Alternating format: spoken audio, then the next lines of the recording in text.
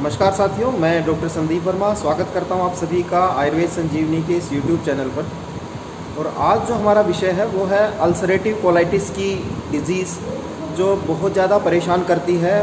Mostly जो है ये रोग जो है वो 15 साल की उम्र से लेके 40-45 साल की एज तक देखने में आता है। और इस डिजीज़ में जो है जब पेशेंट दिन में लगभग 15 से 20 बार तक स्टूल पास करने के लिए जाना पड़ता है, मोशन होता है, और मोशन में जो है ब्लड और म्यूकस आता है। बहुत ज़्यादा ब्लड और म्यूकस स्टूल में पेशेंट्स जो है वो पास करता है। साथ में इससे पेट में दर्द या मरोड़ जैसी स्थिति होती है।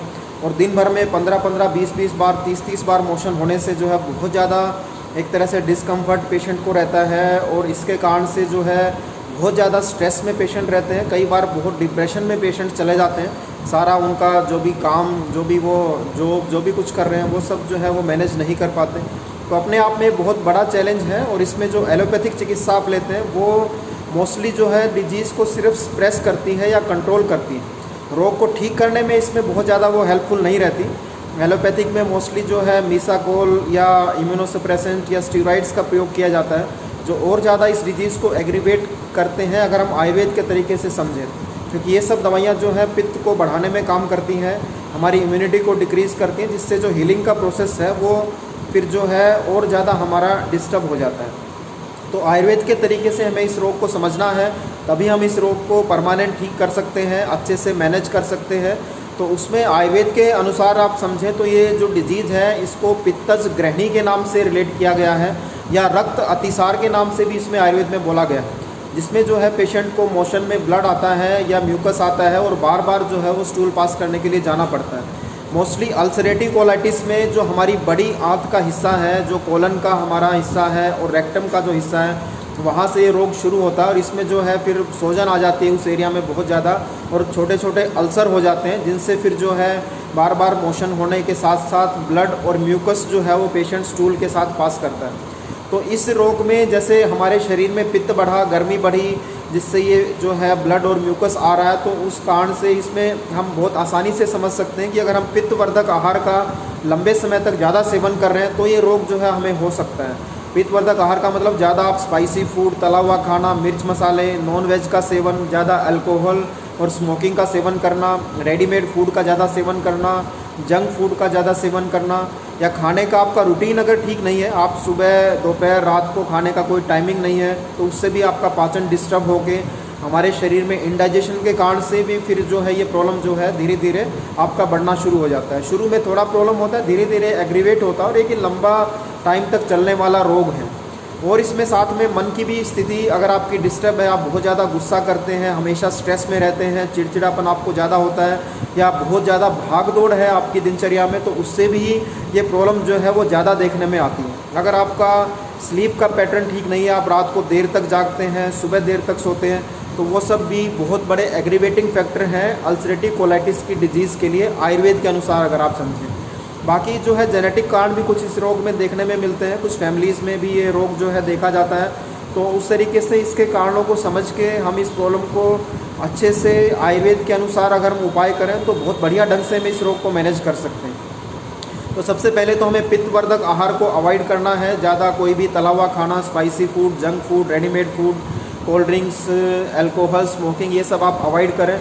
और बिल्कुल बॉयल्ड आप खाना शुरू करें, उबला हुआ खाना, जिसमें मोस्टली आप जो है सीजनल वेजिटेबल्स, घिया, तोरी, कद्दू इसमें बहुत ज़्यादा काम करता है। बल्कि पम्पकिन का जूस भी अगर आप 10-10 ml सुबह शाम लेते हैं तो भी आपका हीलिंग प्रोसेस जो है वो फास्ट होता है। बाकी जो है मोशन की फ्रिक्वेंसी कंट्रोल हो, इसके लिए आप खाने का समय अपना फिक्स करें। खाना बहुत स्लो तरीके से खाएं, 15-20 मिनट में, और शांत मन से पॉजिटिव हैप्पीनेस के साथ आप भोजन करें, तो उससे भी आपके शरीर में जो स्ट्रेस लेवल बढ़ा हुआ है या जो पित्त बढ़ा हुआ है वो धीरे धीरे स्टेबल हो जाएगा।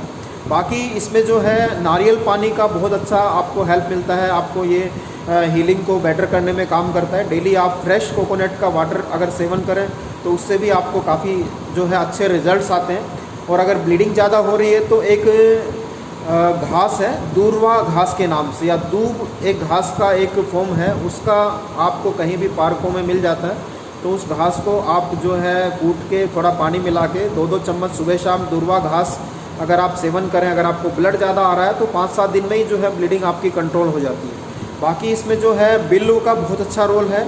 बिल्व, बेल पत्थर जिसे बोलते हैं, बिल्व फल का, सूखे बिल्व फल का चूर्ण बनाकर आप रख लें, वो उसमें बराबर मात्रा में आप मिश्री मिला लें और वो आधा चम्मच से 1 चम्मच तक सुबह शाम आप ताज़े पानी से सेवन करते हैं तो उससे भी आपकी मोशन की प्रोपेंसी भी कंट्रोल होती है और ब्लड आना भी धीरे धीरे कम हो जाता है, आंव आना भी धीरे धीरे कम हो जाता है। और इसमें एक बहुत अच्छा आयुर्वेद में काढ़ा है, अगर आप उसका बना के सेवन करें तो वो भी आपको बहुत अच्छे से हेल्प करेगा।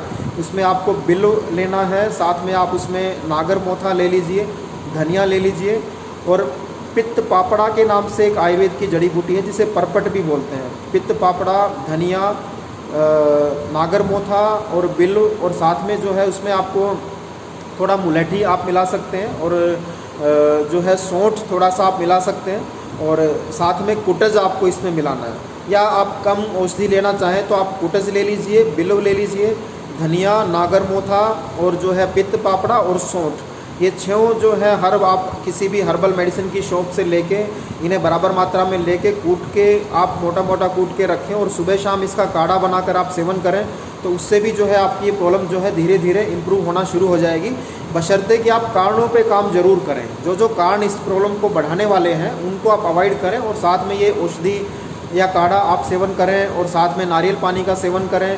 अनार आप इसमें बहुत हेल्प करता है, एक अनार का अगर आप रेगुलर सेवन करते हैं तो उससे भी आपकी जो है ये पाचन की प्रॉब्लम, अल्सरेटिव कोलाइटिस की प्रॉब्लम धीरे धीरे ठीक होती है। और जहाँ ये रोग आपको लंबे समय से परेशान कर रहा है तो आप किसी भी अपने आसपास आयुर्वेद के अनुभवी चिकित्सक से मिलके आप अपनी रोग को समझ के प्रॉपर चिकित्सा अगर आप लेते हैं तो बहुत अच्छे इसमें आपको रिजल्ट मिलते हैं। काफ़ी और कल्प प्रयोग भी हम इसमें करवाते हैं, पंचकर्मा का भी इसमें बहुत अच्छा रोल है। पिच्छा बस्ती एक तरह का ट्रीटमेंट है पंचकर्मा का जो इस रोग में किया जाता है, जो हमारी आंतों में, बड़ी आंतों में जो अल्सर है या सोजन है उसको हील करने में काम करता है। तो इस तरह के बहुत अच्छे आयुर्वेद में इस रोग को ठीक करने के उपाय हैं जो आप अपने डॉक्टर से मिलके उनका पालन करके अपने इस अल्सरेटिव कोलाइटिस के जो डिजीज़ है उसको अच्छे से ठीक कर सकते हैं, कंट्रोल कर सकते हैं और अपनी पहले की तरह से आप अपने डाइजेशन को, इससे आपको इम्प्रूवमेंट मिल सकता है। तो अल्सरेटिव कोलाइटिस की डिजीज़ में आप जो है जब भी आप कोई रोग शुरू होता है तो आप तुरंत किसी भी आयुर्वेद के डॉक्टर से संपर्क करके अपने रोग को समझ के, दिनचर्या को ठीक करके, आहार विहार को ठीक करके बहुत अच्छे से अपनी प्रॉब्लम को परमानेंट ठीक कर सकते हैं। तो दोस्तों उम्मीद करता हूँ कि वीडियो आपके स्वास्थ्य को बेहतर करने के लिए बहुत ज़्यादा हेल्पफुल रहेगा और फ्यूचर में फिर आपके बीच कुछ नए विषय लेकर दोबारा से मुलाकात होगी। आप सभी साथियों का बहुत बहुत धन्यवाद। जय हिंद, जय भारत।